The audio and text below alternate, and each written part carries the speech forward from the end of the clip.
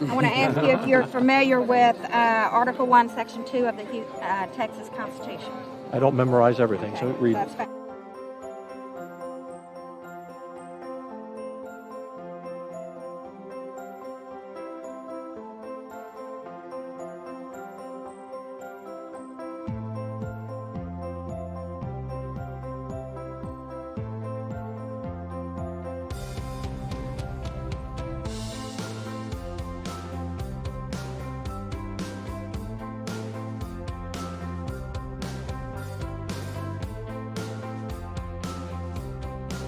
I'm not asking you if you believe in independence right now or should we leave. What I'm asking you is whose decision is it? Is it we the people or is it the legislature? You've asked me a question I've not been asked. You've asked me a question I've not researched. And so I will follow back. And you have to research it? Yeah, I just read the Texas Constitution. Ma'am, I understand. But there will be a legal opinion on that, and I don't know what that legal opinion is, and I would want to go to the Attorney General and find out what that really says and really means and what the intent is. Reading me something for the first time that I have not looked at, and you're asking me a question, and I'm happy to give you an answer and follow up and give you the answer.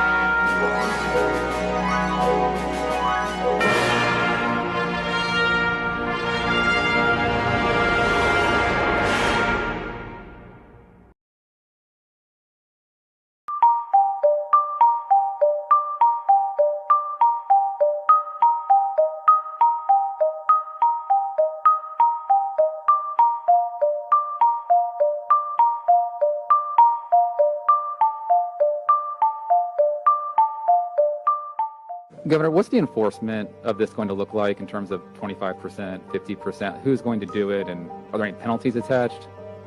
I missed the last part of the question. Are there any penalties attached to this? I mean, just mostly who's going to be doing the enforcing here? Right. Well, so for all of these executive orders, before now and now, there's several levels of enforcement.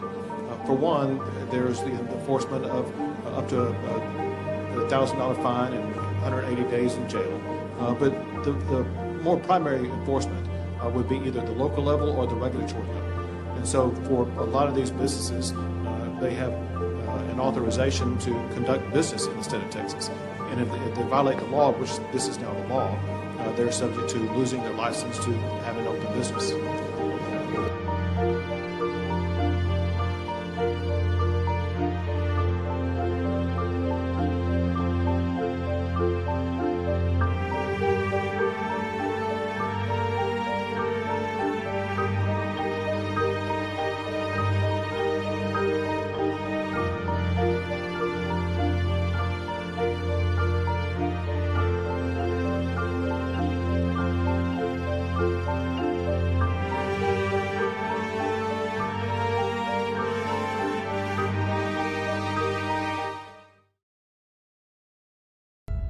Many of us are waking up to the fact that the values of those in Washington, D.C. are not our values. It is under siege by a Democrat president who refuses to do his constitutional duty to secure the border of the United States. Then I think we take NASA, we take the military, we take the oil. Here in Texas, we esteem those principles of Thomas Jefferson, that all political power is inherent in the people.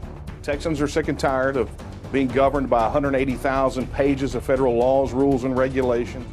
And I've dedicated the last 15 years of my life to make sure that we don't have to do this anymore. It is for all of these reasons and more that tonight I am officially announcing that I will be running as a Republican candidate to become the next Lieutenant Governor of the great state of Texas.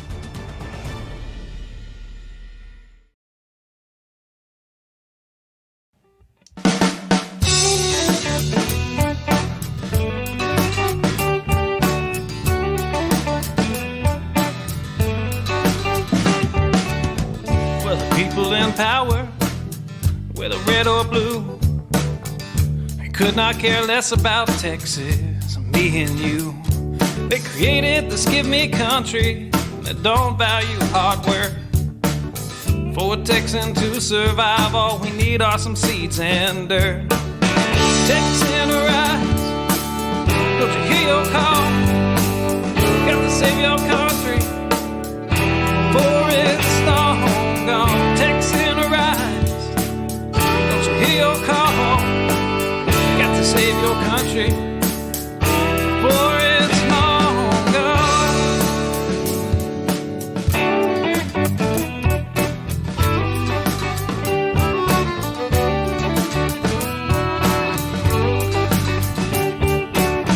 We believe in family and we value our community. Gladly lend a helping hand to a neighbor in need. And we don't believe that government should provide for all of society's needs. No, it's the pride of a Texan to give to others voluntarily. Texan rise, don't you hear your call? Gotta save your country, for it's long gone. Texan rise, don't you hear your call? Gotta save your country, for it's long gone.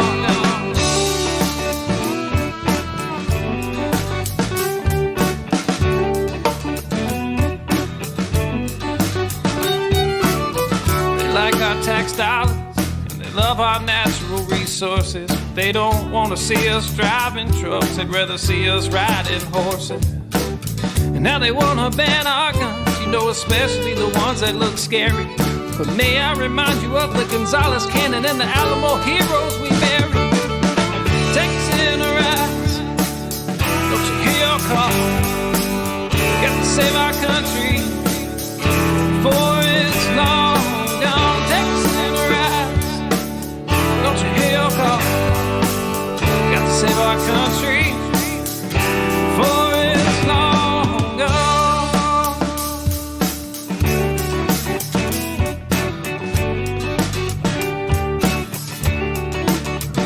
This last verse is straight from the Texas Constitution, Article 1, Section 1 and 2. Look it up.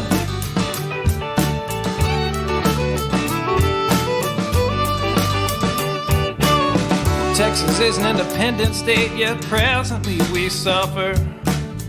We no longer possess the right to locally self-govern. And now it's time as a people in which all political power is inherent.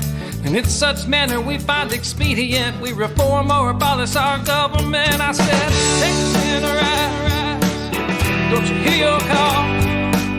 Got to save your country, for it's long gone. Texan rise, don't you hear your call? Got to save your country, for it's long gone.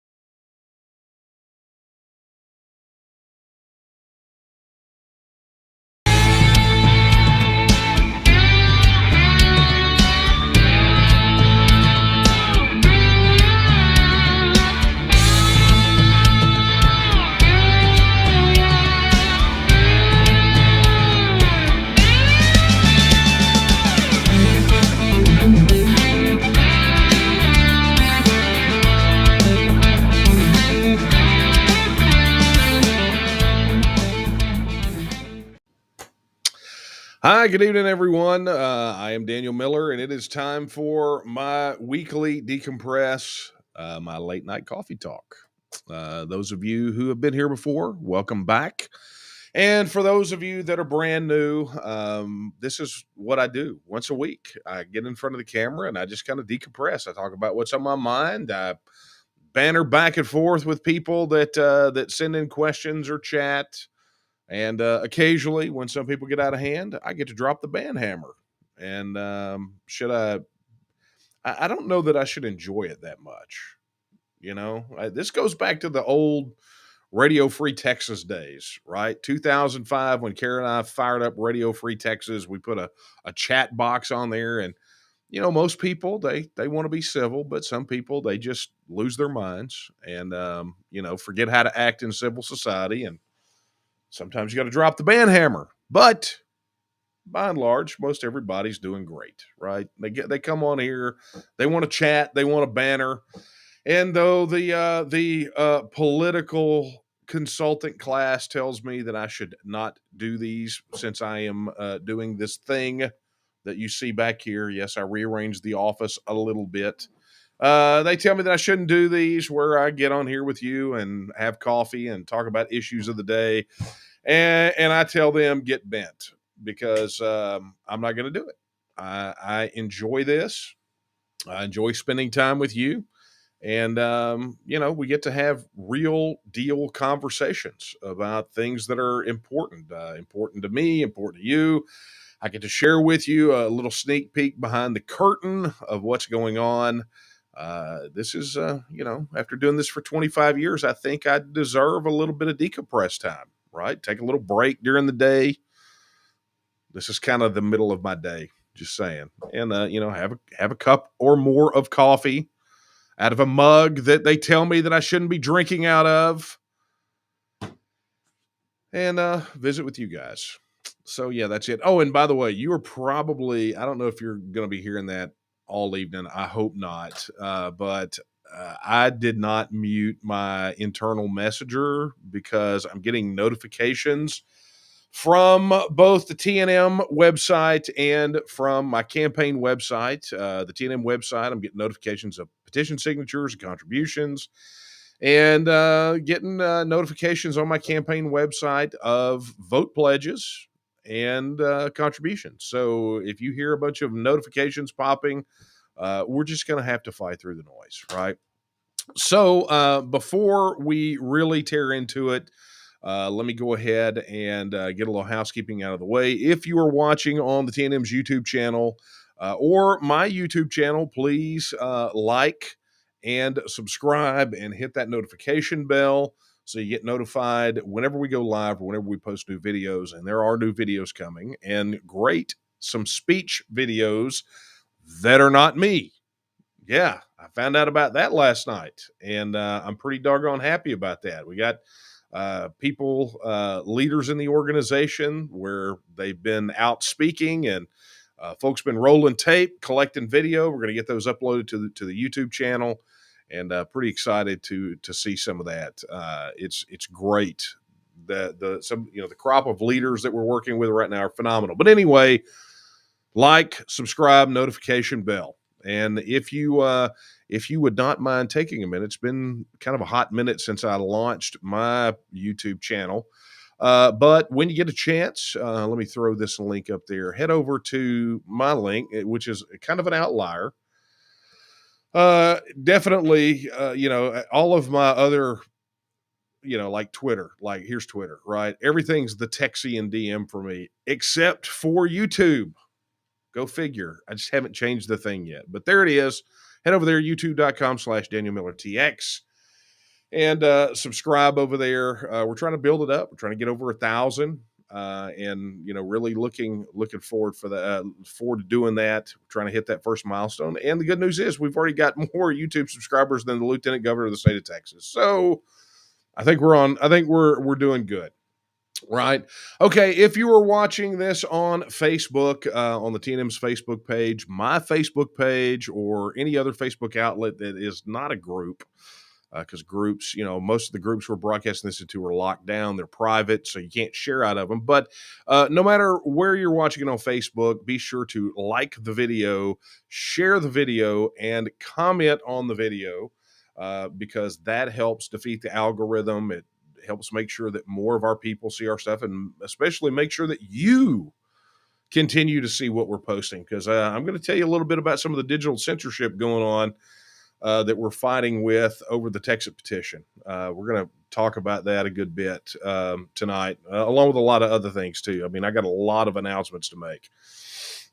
And then, of course, if you're watching on Twitter, do those things. My Twitter, TNM's Twitter, go ahead and follow our accounts. Be sure to retweet the video. Let's get it out there. Encourage others to follow us and like this video and retweet it as well. Let us spread the word, because I'm going to tell you, knowing the kind of roadblocks that we're hitting with big tech, I will tell you this, we have not seen this sort of thing since the release of the TEXIT book. What we're enduring right now, we have not seen since the release of the TEXIT book, which is, boom, right here. I keep a hardback copy right here, just for that purpose, right? Just so I can hold it up to the camera on occasion. But anyway, it's crazy. So we're relying on you. So whether it's YouTube, whether it's Facebook, whether it's Twitter, or any other outlet that we're broadcasting on, we're on Twitch tonight, I do believe, and we still haven't got that Instagram problem worked out, but it'll happen. And also, we are working on getting the ability to apply for the TNM on LinkedIn, right? You got to hit a certain number of followers on your LinkedIn company page before you can even apply. And honestly, until here very recently, we didn't have a presence on LinkedIn. I mean, we were there, but really didn't do anything about it. And so because so many of you have asked us about that in particular, and they do have a streaming media outlet, if we can qualify, be sure to head over to LinkedIn, look for the Texas Nationalist Movement, do a search, and be sure to follow our company page. All right. Man, I really, when we start talking about MeWe and Rumble and everything else and getting those fired up, you guys realize the intro where I tell you to do all that stuff is going to be like half the program, right? Social media fragmentation is a bit nuts. Very true. So, look, let's start kind of the recap, right? So, the last time that we were together last week, it was my birthday, and let me go ahead and say thank you to everyone who sent me message of encouragement, birthday wishes, all those sorts of things, and even, can you believe it? Cards. I got cards. So to everyone, thank you so very much. I mean, there are so many, it's going to be impossible to get make sure that I got everyone covered. But I mean, I heard from all kind of people. I heard from my 7th grade math teacher. I think I told you guys that last week. And just, a lot of different people. So thank you all very, very much. Your words of encouragement, they meant a lot. Last week was a very tough week, and it really helped. And so hopefully, we had Thanksgiving last week, and I hope you guys had a phenomenal Thanksgiving, had a great opportunity to reflect specifically around that particular, my little monologue last week in the article that we posted about Sam Houston's original Thanksgiving proclamation. I hope that gave you lots of ammo over the table with your family to talk about independence. So, so we rocked right along. It was a big work week. Beyond that, we got campaign push cards in. People have been asking for those because of supply chain issues. We've had a difficult time, so we got push cards, we got campaign signs, and we're ready to rock and roll. We're going to be dropping those push cards out to the field organization directly. I don't know if it's going to be this week, but they're going to be going out, and campaign signs are ready to spin up and be distributed. And I got to tell you, these things are not cheap. They're pretty doggone expensive. So, if you've got an opportunity to go drop a little coin in the old campaign coffers, it would be much appreciated. Got a specific domain for that. You can go over to dmcdonate.com. That's DMC as in Daniel Miller Campaign donate.com. And I got to tell you, $5 helps. That's more push cards. That's another sign. It makes a huge difference. And I'll tell you, man, I'd rather have 100,000 people donating, $5 than having somebody wanting to cut you a big check and wanting to control and change and do all that other kind of stuff, right? I'm nobody's puppet if you haven't figured that out yet. So yeah, check that out, dmcdonate.com. So we got a lot of that done. Got a lot of the field organization stuff spun up and ready. The campaign organization is rocking along. We made a big tech drop for the campaign. It was Monday, I guess it was, where we launched the vote pledge system on the website, and I will pop you that link there, danielomiller.com. We launched the new vote pledge system, right? Where we said this right out of the gate. This would be a completely different statewide campaign than anyone has ever seen.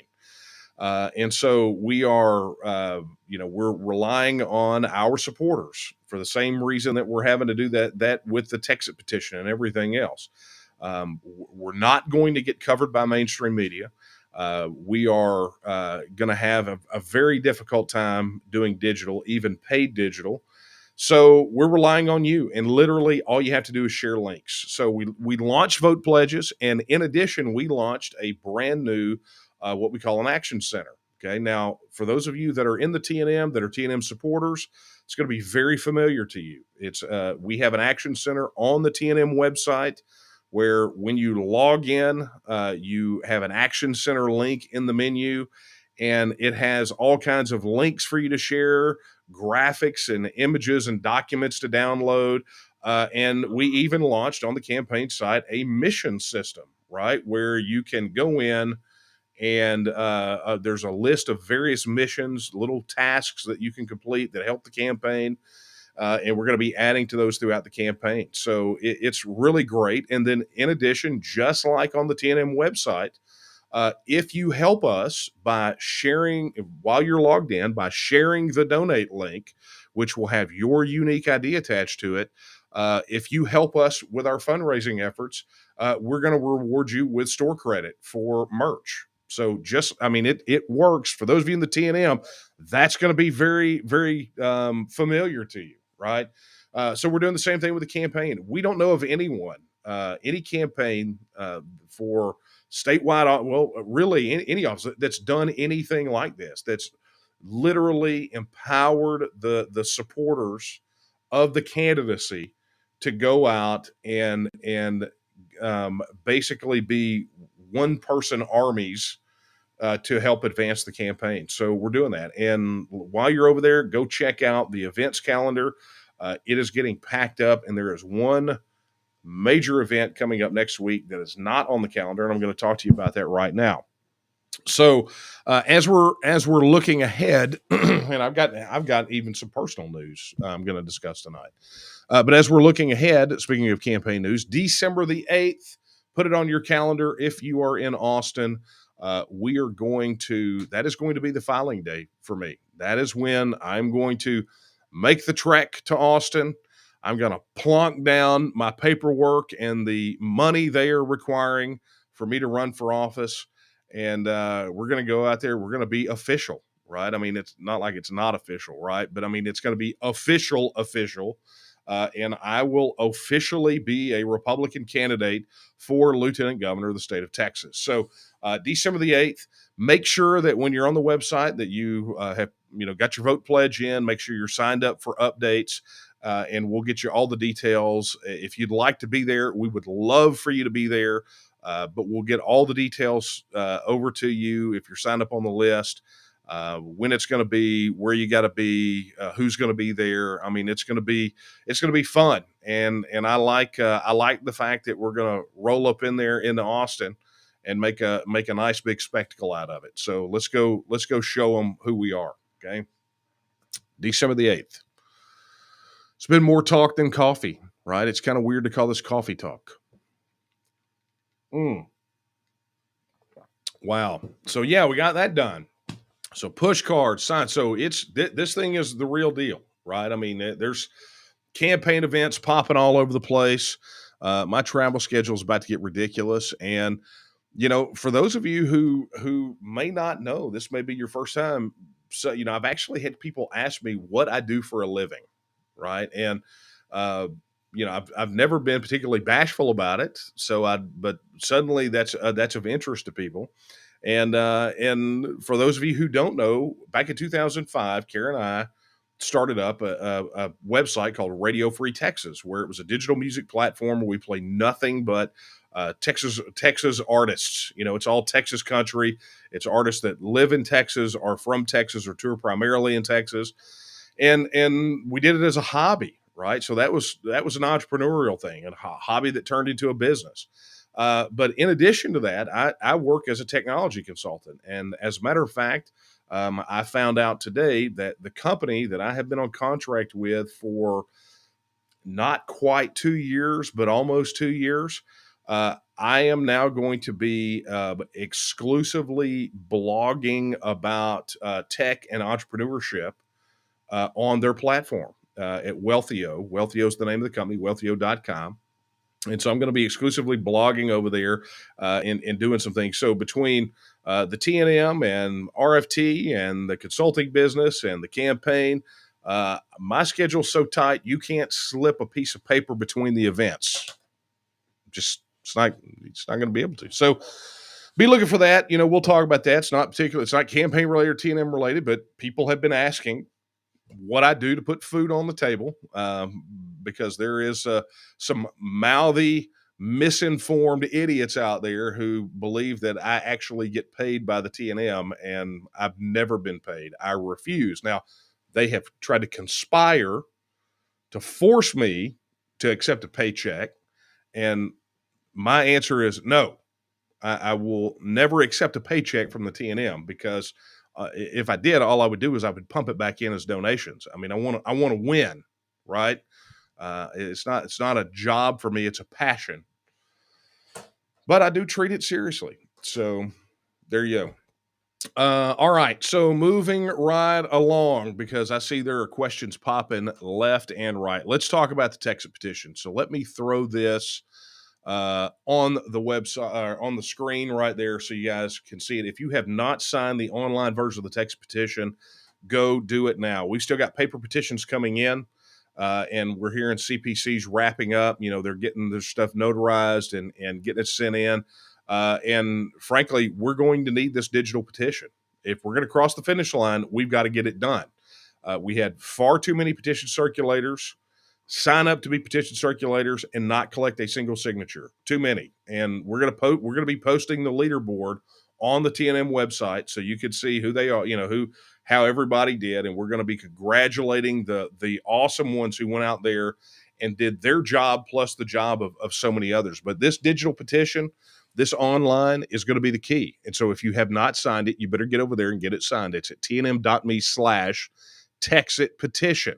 Right? Sign the petition. Now, that being said, there has been some confusion about the wording on the petition. And it's because people get to a certain part of the legally required language that's on there. They get to half of the sentence and they stop reading, right? And they get all incensed about it, because the way that you read it, and I know I talked about this before, but guess what? I'm talking about it again. Here's a petition form right here. It says, I know that the purpose of this petition is to place a referendum on the 2022, okay, blah, blah, blah, on and on. But it says, I understand that by signing this petition, I become ineligible to vote in a primary election. And then they just stop. Oh my God, you mean I'm signing a petition and I can't vote? Well, that makes no sense, right? Because if you go on, it says, or participate in a convention of another party. Right? So what that means is, if you sign this petition to put this on the Republican primary ballot, you must vote in the Republican primary or not vote in the primary, right? What it means is, you sign this, you're locked into the Republican primary. That means you can't go vote in the Democrat primary, right? But thankfully, Our video guru, Will Casey, put together a little tutorial video explaining the online petition. And I'm going to take a minute to play that right now for any of you who may have missed it. So take it away, Will. We interrupt this broadcast for an important bulletin. The T&M TEXIT petition is now online. While the response has been great at our in-person petition signing events, we know it's hard for some to physically get to one. Now you don't have to worry about finding and getting to it. You can now legally sign the petition online. It's easy, and here's how to do it. Scroll down to the Sign the Petition section and click on Sign Now. This will take you to the page where you will start the petition signing process. To keep everything nice and legal, first you'll watch a short video where Daniel will read the petition to you. Hi, I'm Daniel Miller. I am required by Texas law to read the following statement to you before you sign the petition. I know that Next, you can sign the petition. You can read the text of the petition below the video. You then click on the Acknowledge checkbox, then fill in the required information. Got to keep everything legal, you know. Then certify you are a registered Texas voter. Optionally, you can include your mobile number. This is a great way to be kept informed as to how the petition is progressing, as well as other things that are going on with the organization. One of the things that has caused some confusion is the part of the statement that reads, I understand that by signing this petition, I become ineligible to vote in a primary election or participate in the convention of another party. Well, in Texas, we can only vote or be a delegate in the primary election of one party. Since this petition is asking to put the question on the Republican Party primary ballot, what this simply means is you can't vote or be a delegate in next year's Democrat primary election, or even a third party such as Libertarian or Green Party. You can still vote, and we hope you will, in the Republican primary. And in the general election, you can still vote for anyone you want to. It's that simple. Just click the Submit button, and you sign the petition. What are you waiting for? Go make some history. All right. Thank you for that, Will. So if you have not already done so, hopefully that will clear up any confusion you might have. But go to tnm.me/TEXIT petition and get that thing signed, right? There's no excuse. It's going to take you to get it done, right? And the other part of that is when you sign it, share it. Share that link with as many people as possible, right? Because this brings me to the next point, which is, we have dealt with previously lots and lots of censorship, right? Whether it's mainstream media giving us the silent treatment or big tech trying to slap a muzzle on us.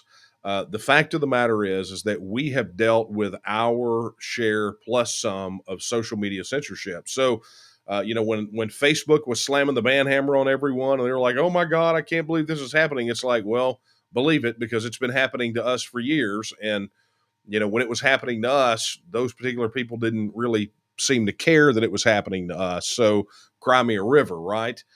We've sounded the alarm on this thing. So bottom line is we are running into that exact same thing. And it's not just the usual suspects of Facebook and Twitter, right? One thing that a lot of people don't understand, as far as the role in tech censorship, they don't understand the role that their email service provider plays, right? And here recently, we noticed so when we send out an email, let me do the explanation. And this goes for anybody. It's not just the T&M, right? It's when you get emails from candidates or organizations. Those emails essentially look to see if someone opened the email, right? And what that tells you is when they land in an inbox, is that person seeing it? Well, what we've noticed here recently is a massive, massive number of people are getting our emails driven directly to their spam folders, right? So our open rates have gotten abysmal. Now, who dumps it in the spam folders? Well, let me tell you a little something about, and this is very propeller head, very egghead on our side, but we optimize email to the nth degree, right? So there are tools out there that you can use where you take the subject line and you put it in, and it gives you a score about whether or not the system would likely dump it in a spam folder, and then you put the text in, and the same thing. And so we optimize. We optimize for deliverability. We make sure that we have all the security headers on our emails. I mean, we've done literally everything plus, right? So not only are we meeting standards for email, but we are exceeding those standards. And so the only reason that these things would go into spam folders would be if the service providers themselves are beginning to block out the content. And there is some reason to believe that this is happening. Now, we're obviously still investigating, but when we're seeing these emails go out to the email list, and we're hearing from people that we know beyond a shadow of a doubt would sign it, because we did start up a peer-to-peer texting campaign, start texting TEXIT supporters, people that we've connected with that have given us their mobile number, just to remind them to sign it. We're hearing from people that they're not receiving the emails. Additionally, we're getting more and more information that the social media posts that are being made about the Texit petition are getting almost no engagements because people's friends aren't seeing them. They can go post a meme about whatever, but if it's and get engagements on every other post, but when they post something Texit related, even their friends that are Texit supporters are not seeing the post, right? And we've been testing this out, and what we're finding is what appears to be a concerted effort to suppress pro-Texit information. Okay, nothing new, but this is the moment when that type of suppression becomes critical, right? Because we need to communicate with Texit supporters, and we're being prevented from doing that, and it appears to be consciously being prevented from doing that. So, look, it's going to take an effort. We're going to have to break through, right? The only way they can suppress us totally is to deplatform us. They won't do that, because anytime they have edged that direction, we've beat them back into compliance. But this is that silent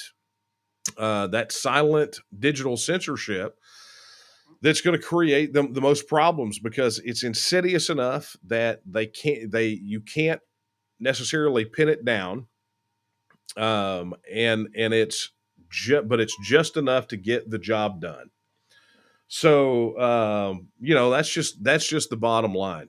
We need to get that done. And Kara just sent me a message. There are many of you in chat going, how close are we to reaching our signature goal? I'm going to tell you right now. Let me be the first one to tell you, because I already said it at the beginning of this.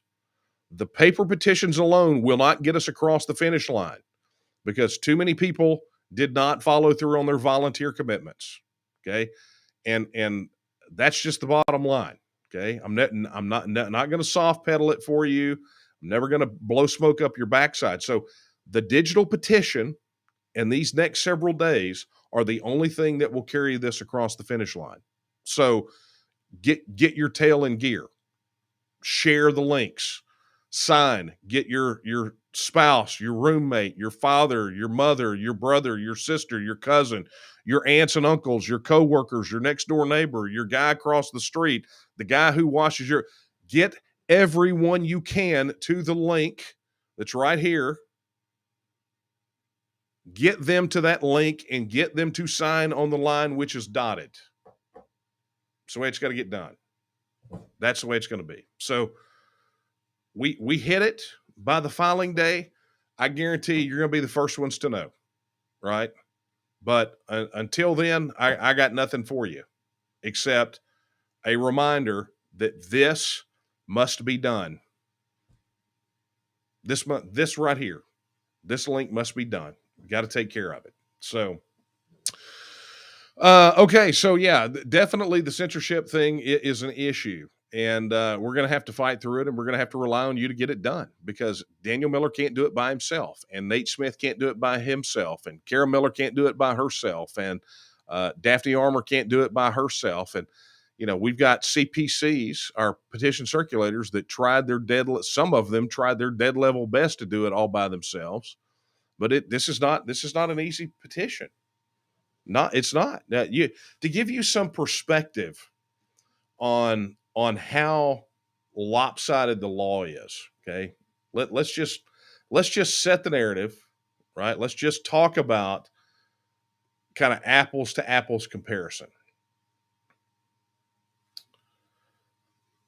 If I wanted to collect signatures to get on the ballot as lieutenant governor, the most signatures that I would have to collect is 5,000.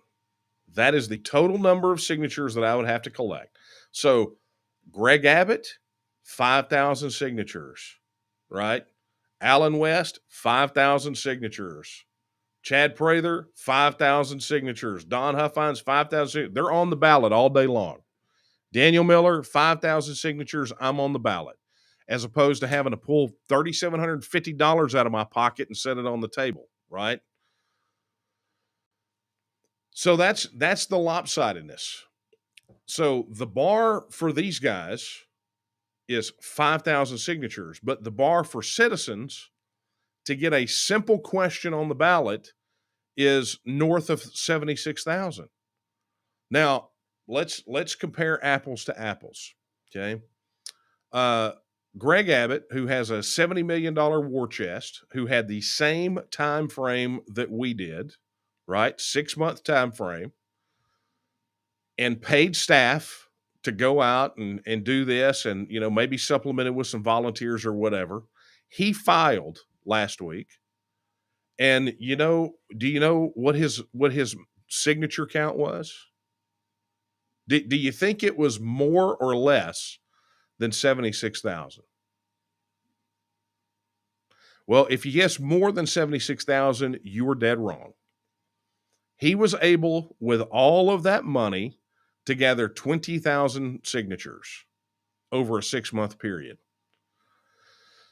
But, yet again, we're playing by two different rules, two different sets of rules. There's a rule for the elected class, and then there's a rule for citizens like us. So, but we deal with it as it is, not as how we wish it would be, because as it is, we win there, then we can win anywhere, right? So get it done. I mean, it's just, this is the thing about it. We know how many TEXIT supporters are out there.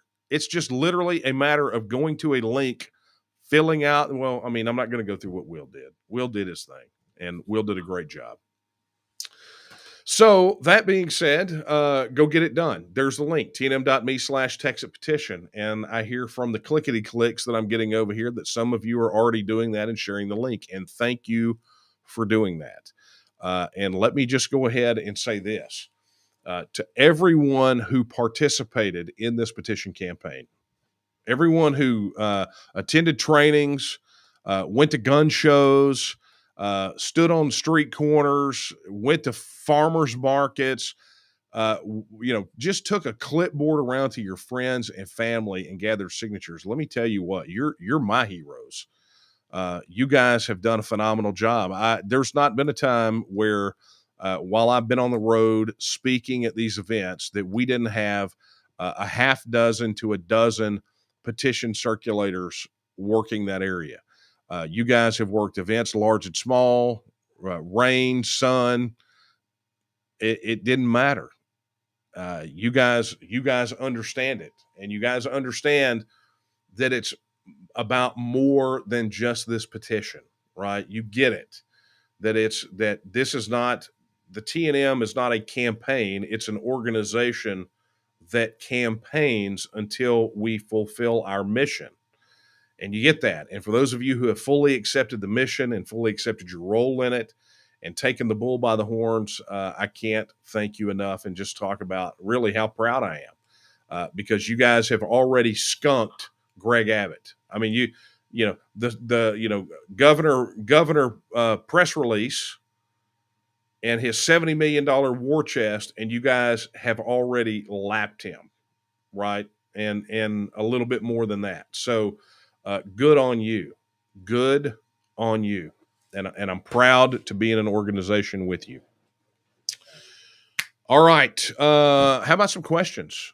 Right? I think I've eaten up about 30 minutes of time, and it's been more talk than coffee yet again. And I'm almost out of coffee.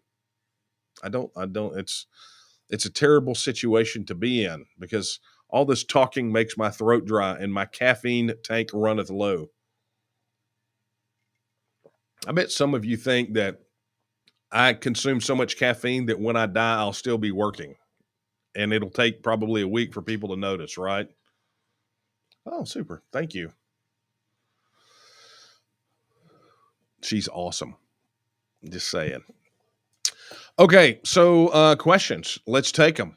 And hey, look, these are running the gamut tonight. I like this. We got a whole laundry list. Hey, thank you very much. Okay, so this one's from Reality Check on YouTube. Reality Check wants to know. Oh, by the way, I scrolled down through chat. I'm not supposed to do that anymore. But hi, Jim and SD7. That's Hutch Hutchison, our district director there in 7. Okay, so Reality Check on YouTube. This question comes from YouTube. Wants to know where to get LG stickers. All right, you can order LG stickers on the merch store, on the campaign site, or connect with us at an event. If you come to an event, you pledge your vote there, you do anything, we're giving them out. So like if you go and order merch or stop by the table, we've got the stickers and we've got thousands of those things right now. And so we're giving them out like candy because we want them stuck everywhere. And as a matter of fact, one of the new missions on the Action Center is to stick your sticker, take a picture of it and submit it. Show us where you got your sticker. So yeah, there's a ton of that stuff. Like I said, push cards, campaign signs. We've got the LG stickers. You know, it's like a real campaign, folks, because it is a real campaign. Contrary to some of the scuttlebutt of the people that are going around out there who say that I'm not going to file, I'll see you December the 8th. Okay, Alec wants to know, when do I think Texas independence will occur? Look, the sooner the better for us. But look, if it were up to me, it would already be done, right? What we have to remember, and I get this a lot. I mean, I literally get this question probably second only to the Social Security question, right?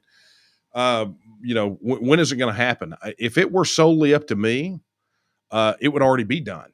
But it's not solely up to me because we don't live in a dictatorship. It's Article 1, Section 2, all political powers inherent in the people. We knew at the outset of the formation of the Texas nationalist movement that at its heart, it must be a people movement. If we're going to win independence, we have to win the people.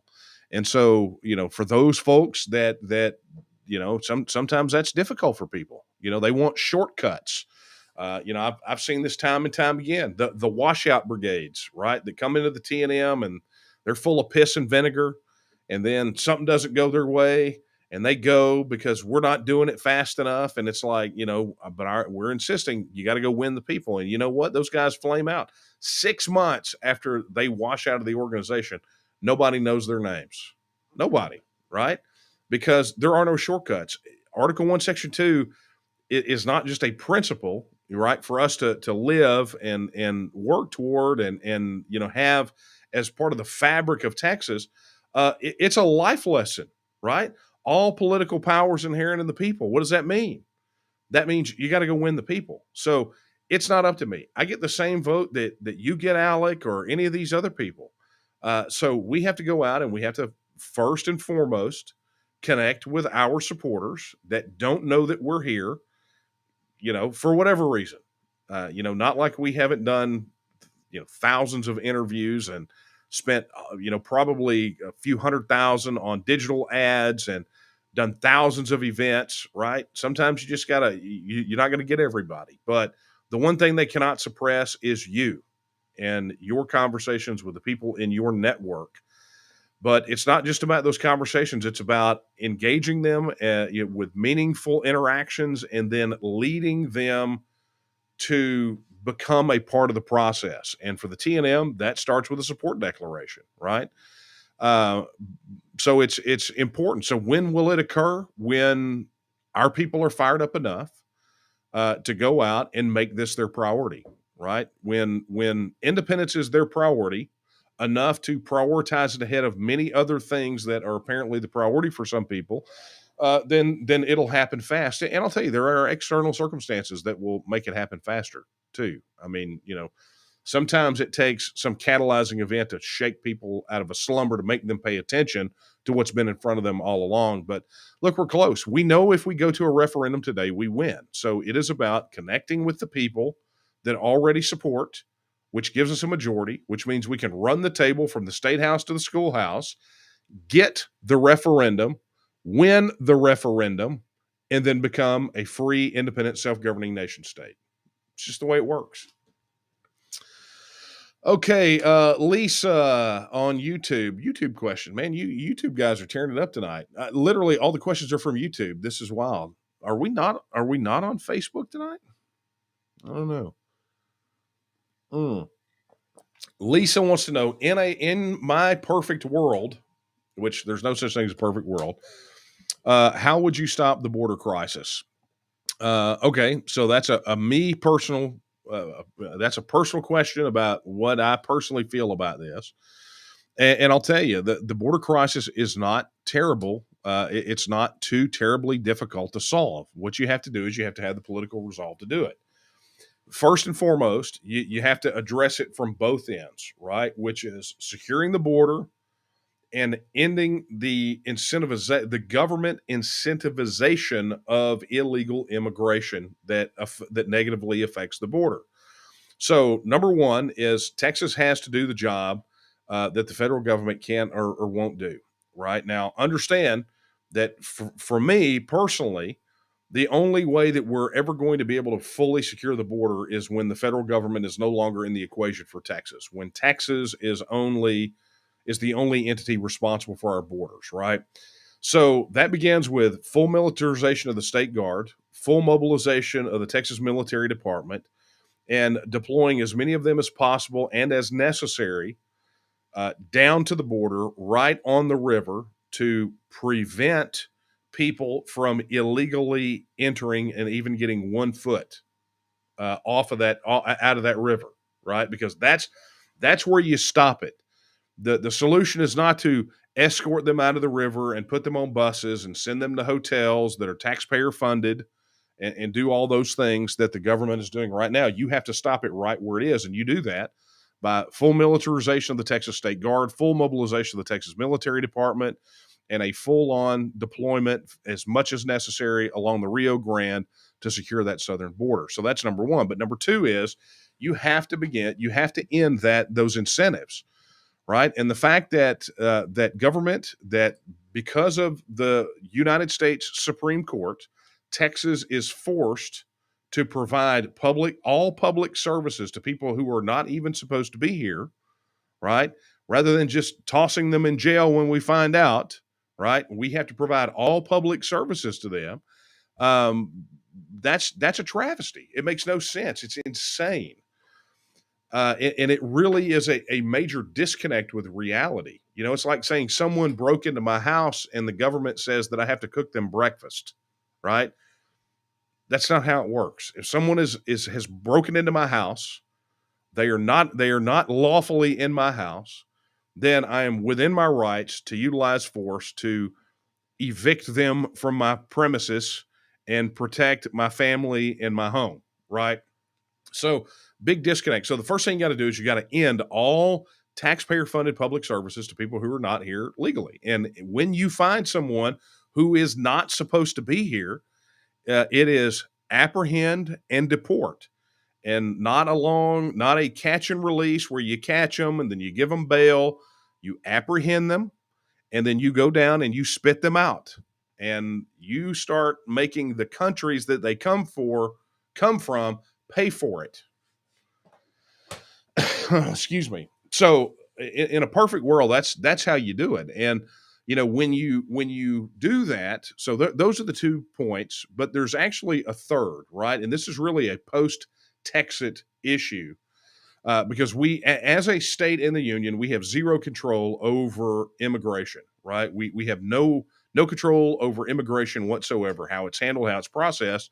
And frankly, the fact of the matter is the way that the federal government deals with immigration is pretty horrendous. It's one of the reasons that some people come here illegally, but it's very lopsided, right? It's a very lopsided, very Byzantine, draconian system. It's ridiculous. And so what I've advocated for, and I even talk about it in the book, is the implementation of an Australian style point system, right? Where we award visas and immigration status based on a point system, on, what the likelihood is that someone is going to have to, be wind up on public services if they have skills that we need in the job force.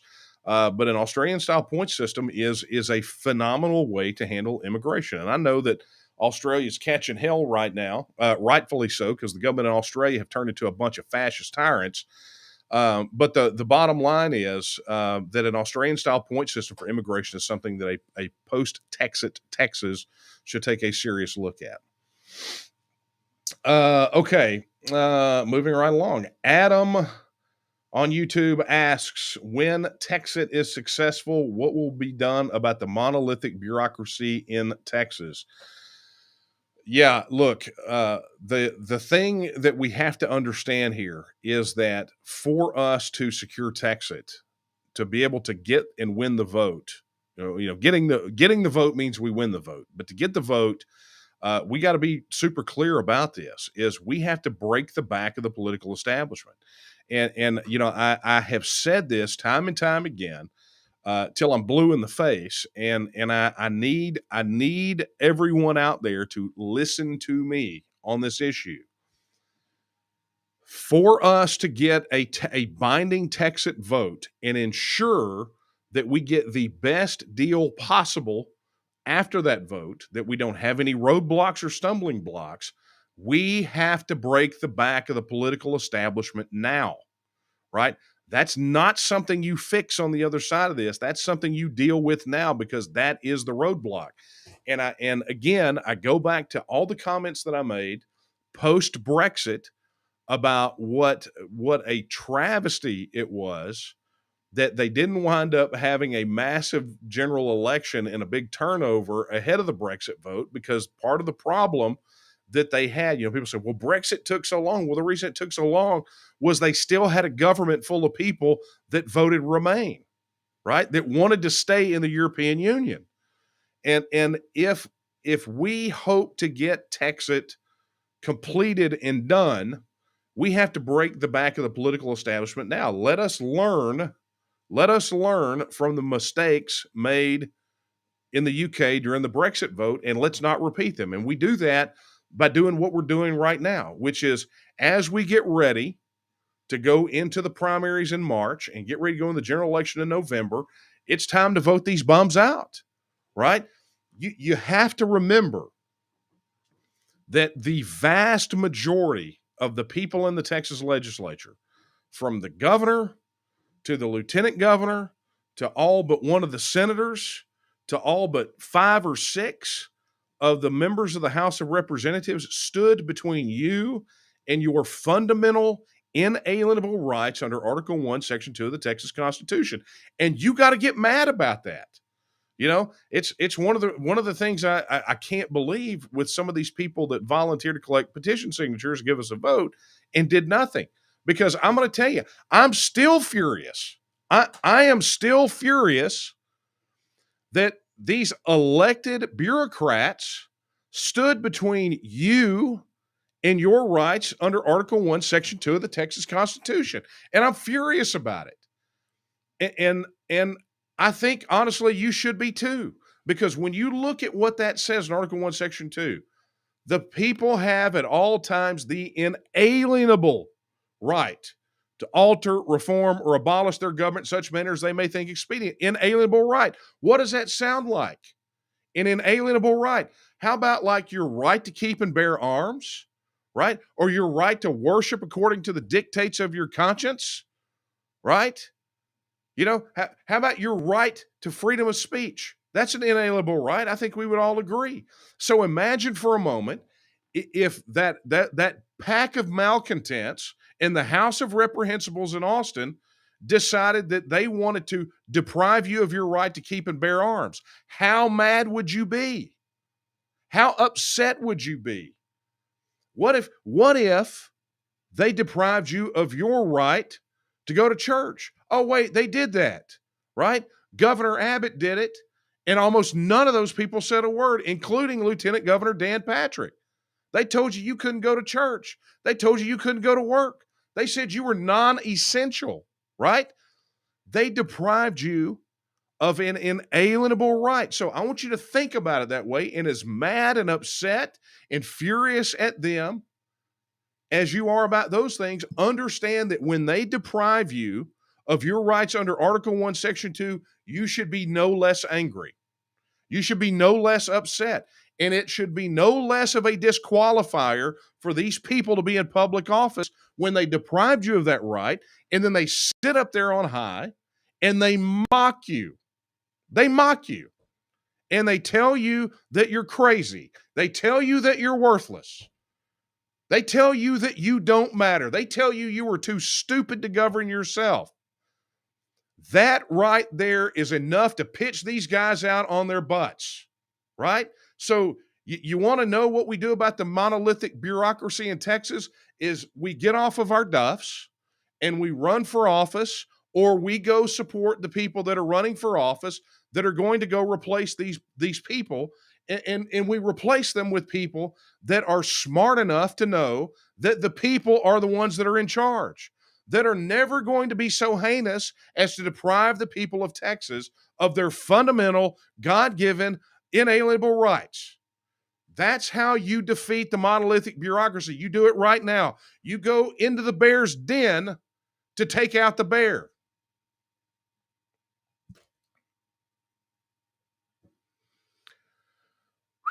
Should I cut back on my caffeine? I think I heard Kara just say no from the other room.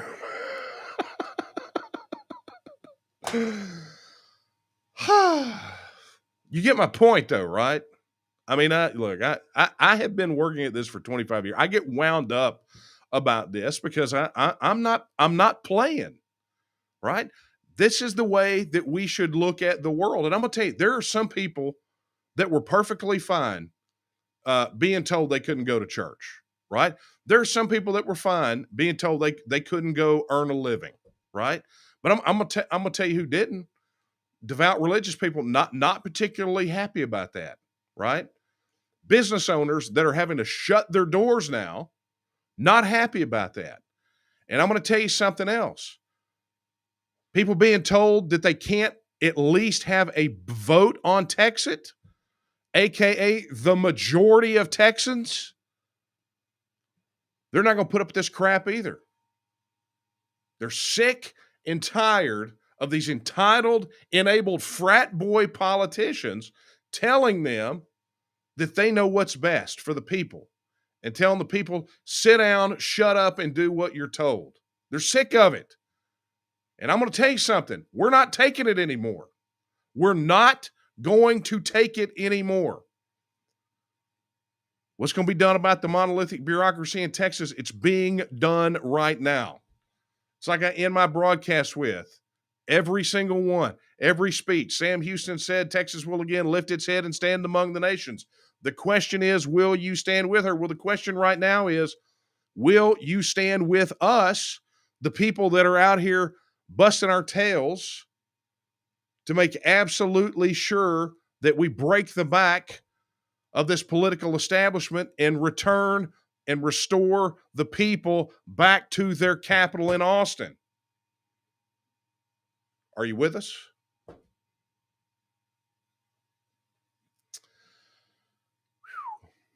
Coffee. Ogre Duck on YouTube asks, would there be any arms ownership limits? That's a post-Texit question. I suspect that the people of Texas, given what I just said about how we feel about our right to keep and bear arms, I suspect the people of Texas not going to be too keen on arms ownership limits. Right? I mean, we are living in a state that has an average of 8 guns for every man, woman, and child on the soil. So I think I have a pretty good suspicion where Texans are going to fall on that one. Texan Nationalist on YouTube says, what would happen if the U.S. government attempts to use force to try and stop TEXIT, similar to how Spain used force to stop the Catalonians or the Catalans? It's funny. I got this question, oddly enough, at one of the little whistle stop tour things that I did up in Granbury when I showed up to one of the Texit petition signings. And I don't know if this is the same person or not, but it's interesting because, we get asked a lot about Scotland. We get asked about the UK. We get asked about New Hampshire and California, other independence movements. But what happened in Catalonia is quite interesting. We talk about it a lot, but rarely we get asked about it. So I'm very appreciative that you did. And just a little fill in, as best I can in the time that I have remaining. But Catalonia's had an independence movement brewing there for a long time. And they had, part of the challenge that they have with their independence movement is very similar to some of the reasons that Hawaii has problems with their independence movement is it's very fragmented. So they have to rely on these coalitions to try to get things done and advance independence. And they finally got to a part where they had elected officials that were open advocates of it.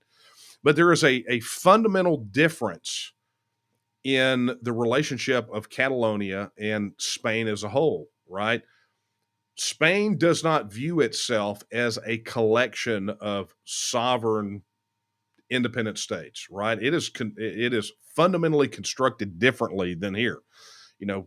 We're, as the United States, if you look at the United States Constitution and go down to the 10th Amendment and look at how the various states are run, it is evident that the intent of the founders and the framers was to create an alliance of self-governing independent nation states that had very little engagement together, right? They did very few things together. And while the federal government has grown out of that box and used a lot of real tricky things to establish their control over the states and encroach on that sovereignty, structurally speaking, it still exists, right? They haven't been able to eliminate that part of it yet.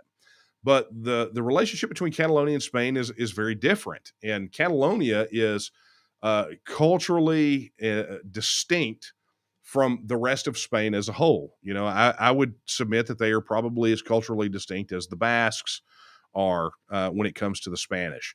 But the Catalonians wanted to have a referendum, and they had it, and Spain sent in their national police and started clubbing people, beating grandmothers.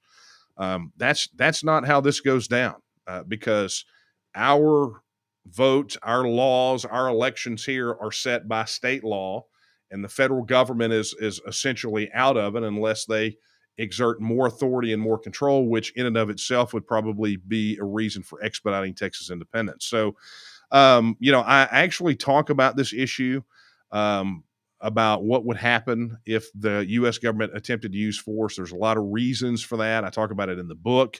It's on the website. If you go to texitnow.org, I answer that question pretty in depth there. And I've actually answered on many previous coffee talks, and I get it kind of often when I do Q&A sessions at my speaking engagements, even for lieutenant governor. I'm not kidding.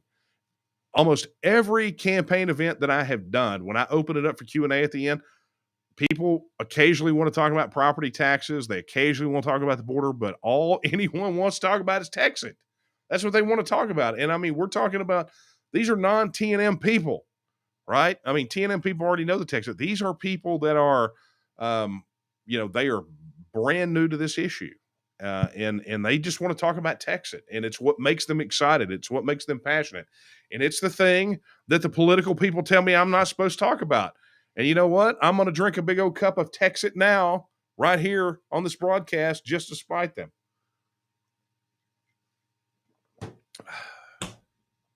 I'm out of time and I'm out of questions. That being said, let's go ahead and bring this puppy to a close because yours truly had a very early start today and a very late night last night, very early start this morning. And I get a sense that I'm kind of back on that schedule of about 2 to 4 hours of sleep a night. So I've got a lot of work to do before yours truly's head hits the pillow and I juggle all the things that I've got to do in this life to try to win. So, that being said, let me remind you as I wrap up, if you have not shared or signed the TEXIT petition, head over to tnm.me/TEXIT petition and get it done. Share, share, share, share, share. I cannot say it enough. Share it. Make sure people get over there and get it signed. We got to get this done, and it's all hands on deck, right? Get it done. Additionally, I would like to remind you the filing window to run for office is not closed yet. If you are still ready to be a TNM candidate, your time is running out. We can expedite it. Our Take Texas Back guys are ready to rock and roll, and they are just waiting for you. And I'm just going to say, if not you, then who? If you are not being represented, then you need to run because you can't rely on somebody else and hope that they get it done. Your time is short. Reach out, tnm.me/run for office. Go fill out that form. Tom will get with you and we will expedite this process to at least get you filed, get you on the ballot to give voters an alternative. Let's get it done. Additionally, if you would like to become a member of the Texas Nationalist Movement, head over to tnm.me/join. That's tnm.me/join. And I'll remind you one more time, all the really cool stuff that we just launched on the campaign website. Head over to danielomiller.com and get signed up. Pledge your vote. If you liked anything that you heard tonight and you want to see a change, go over there, do your due diligence, look at the issues, see what the take is on it. But at the end, take action. Pledge your vote. Get in the fight. Help us win and take back our capital in Austin. And oh yeah, let me make this plug. Also, as we are, we've got to, to mention this. I think it was a couple of these coffee talks back. Brand new field director Paul Roby. Paul's doing a phenomenal job, and he is on the hunt for people to become local coordinators to help spin up local groups. And I have seen the list of all these local coordinators and local groups that are in process, and we're going to be dropping what I consider probably a bombshell announcement about that pretty soon, probably the next few weeks. Still got to get a few more of them moved through the process, but it's proof positive that the TNM is not a campaign. The TNM is an organization. And so if you want to connect with other TEXIT supporters, other Texas nationalists in your local area, step up, be a leader, head over to tnm.me/local. Sign up to become a local coordinator today. And if I don't say this, Claver will kick me in the head. Go over there, drop a couple bucks in the campaign coffers at dmcdonate.com. All right. It's that time, folks. I got to wrap this thing up and get back to work. But look, I want to thank you so much for joining me tonight. A little coffee, a little discussion. You guys got me wound up like twice. I mean, I was wound up. There's no doubt about that. But, is that what you want? Do you want somebody who's passionate about these issues, or do you want, some puddle of random minerals? Because that's what you got right now, right? So, I will say this: I will never stop being passionate about Texas and about your rights as Texans. I've done it for so many years, and I'm not going to stop now. And I don't care who that upsets or who it makes mad. It's who I am, and I'm not going to change who I am to turn what should be a contest for representation into nothing more than a junior high popularity contest. Right? Never going to change who I am. So that being said, let us wrap this bad boy up. I'm going to leave you with the words of Sam Houston that I've already said once tonight, but I am going to wrap up with them again. and maybe this time a little less screamy. How about that? I just want to remind you, Sam Houston, who said that Texas will again lift its head and stand among the nations. I believe that time is now. And the question is, will you stand with her? Good night, everyone.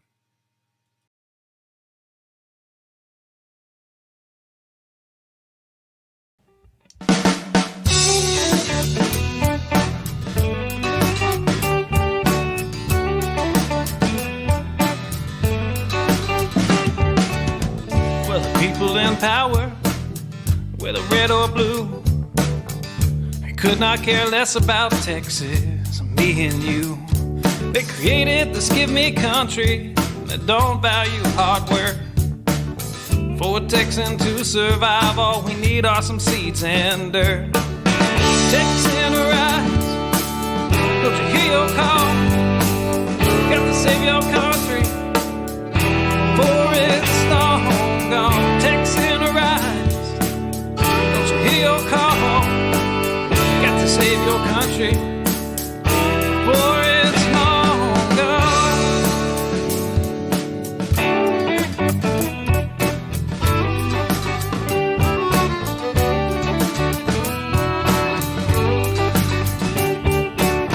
We believe in family and we value our community. Gladly lend a helping hand to a neighbor in need. And we don't believe that government should provide for all of society's needs. No, it's the pride of a Texan to give to others voluntarily. Texan rise, don't you hear your call? Gotta save your country, for it's long gone. Texan rise, don't you hear your call? Gotta save your country, for it's long gone.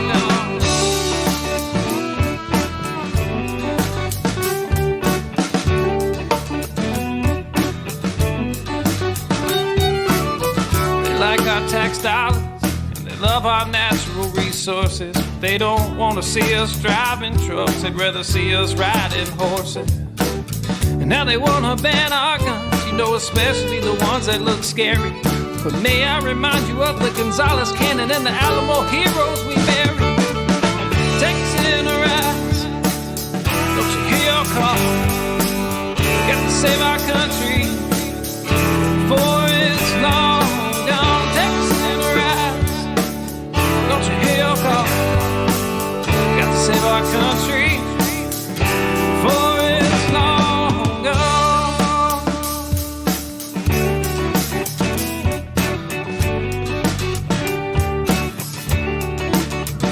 This last verse is straight from the Texas Constitution, Article 1, Section 1 and 2.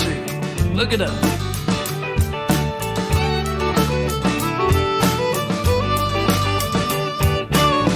Texas is an independent state, yet presently we suffer. We no longer possess the right to locally self-govern. And now it's time as a people in which all political power is inherent. And in such manner we find expedient, we reform or abolish our government. I said, Texan rise, don't you hear your call? Got to save your country, for it